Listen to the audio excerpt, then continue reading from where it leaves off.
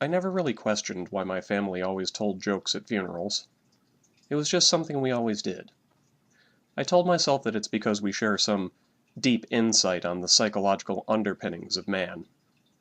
I know we don't, and that most likely it's because we're all goofballs, but I like to think it is. I got my cat Cthulhu back in 2003. I'd lost a previous cat, Ashes, several months before that. A coworker at the restaurant I was at, Pam, found a stray cat and asked me if I wanted to adopt him. Ashes had been in my life for a very long time, and bringing another cat into my home at that point seemed like an insult to Ash's memory. And at the same time, I was in my mid-20s, prone to impulsive decisions, and had never brought a pet into my home of my own volition, Ashes being passed to me from my brother. A bit uneasy at taking on the responsibility, but eager to try something new, I agreed. I bought new litter for Ash's old box, filled his old bowls full with fresh food and water, and brought Pam's stray into my house. I named him after H.P. Lovecraft's Cthulhu, because it was obscure and ostentatious. Lovecraft mania didn't really erupt for another half-decade. When I first met him, he was definitely a character on the level of such an out-of-the-blue name.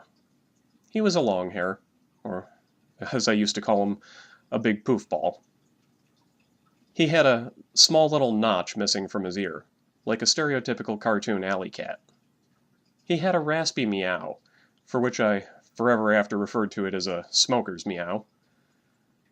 I took him home, showed him the litter box, and made him scratch it a bit, so he knew where to go. I showed him the food and water dish, and later that night I petted him seriously for the first time. I made sure to say to him, Ashes will always be the best cat. I know he didn't understand me, but saying it helped me come to terms with moving on from my beloved cat from before. He was a friendly cat with lots of energy. When he wasn't racetracking across the place, he was content to sit on my lap for hours while I was on the computer. He was definitely a friendly cat, self-sufficient enough, and he could get by when I was out all night partying, but also happy enough to love up his owner when I was in for the night. Several months after getting Cthulhu, I reconnected with an old flame from high school. Reconnecting developed into dating, and into moving in, and eventually marriage. Cthulhu was with me through all the life changes.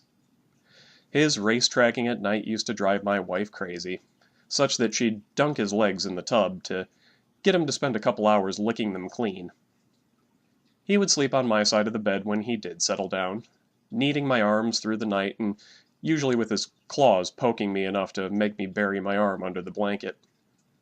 His energy level was high, and when we moved into a new apartment, we made a decision. Cthulhu needed a kitten to tire him out. So we added another cat to the house. The first thing Cthulhu did was hiss on it. The kitten mewed. That was Loki. They would be best buddies going forward.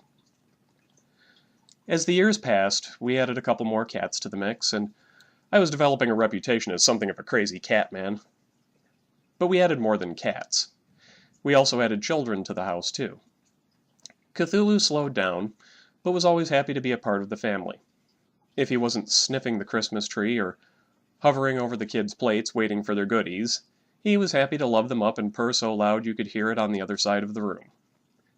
Even as the years made his hips more painful and he became a bit old and crotchety, he'd stand there for at least some petting from a hyperactive 5-year-old, and the 5-year-old was only too happy to hug him and yell out, "I love you, Cthulhu," and wait for us to demand she let him go.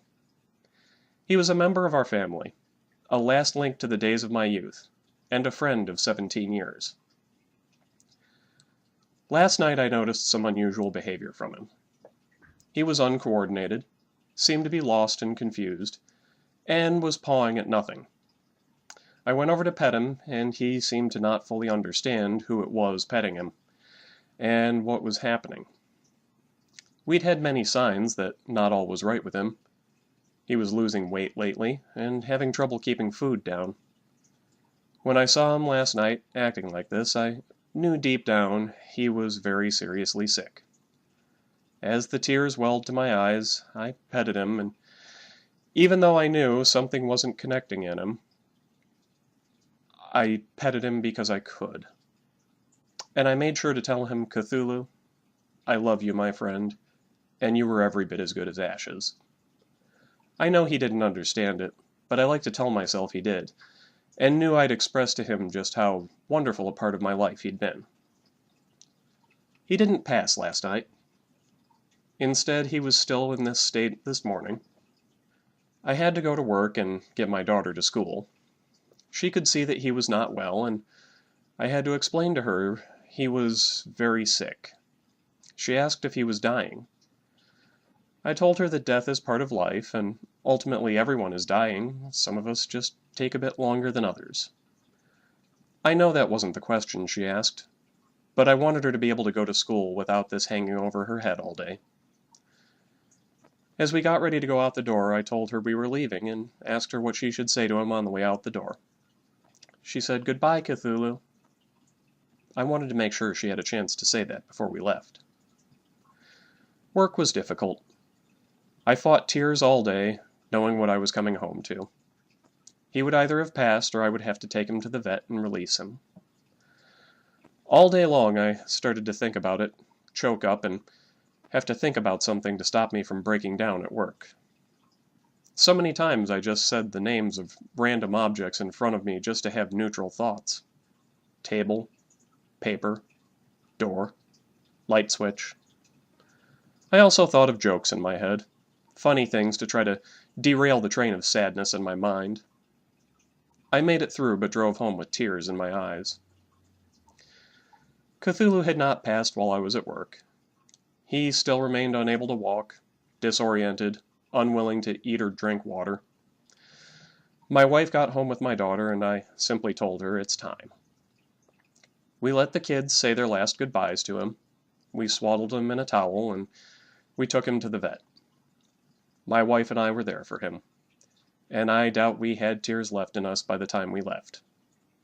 I let my dear old friend lay on my lap and fall asleep one last time as the sedative took effect. I had my hand on his head as the drugs were delivered. My dear old friend's suffering was over, but people who cared deeply about him were there for him to the end. I could think of no more fitting place to lay my old friend to rest. We drove to my father's house and buried him next to Ashes. On the way home, my wife observed she couldn't think of anything fitting or appropriate to say. I made the joke that Loki would say it for us. Dibs on Cthulhu's share of the canned food. On the way home, I reflected on how much of the bittersweet dichotomy of life I'd experienced today. I headed home with a hole in my heart, left empty by the loss of my dear friend. But it was a heart that was larger and fuller for having had him in my life. And I'd come to appreciate why we joke at funerals. When I get home, I will likely sit down to write this. And, sad as I am, one of my other cats will jump into my lap, as cats are wont to do when their owners are distressed. As sweet as he will be, he won't have Cthulhu's poofy fur. He won't have his smoker's meow. He won't need my arm with the tips of his claws. I will be sad, and I'll tell myself a joke, because it hurts too much to cry, and a smile makes the lump in my throat just a little bit smaller than it used to be. And I will settle down and write my sincerest tribute to him, and share with the world just how dear he was to me. Rest in peace, my old friend.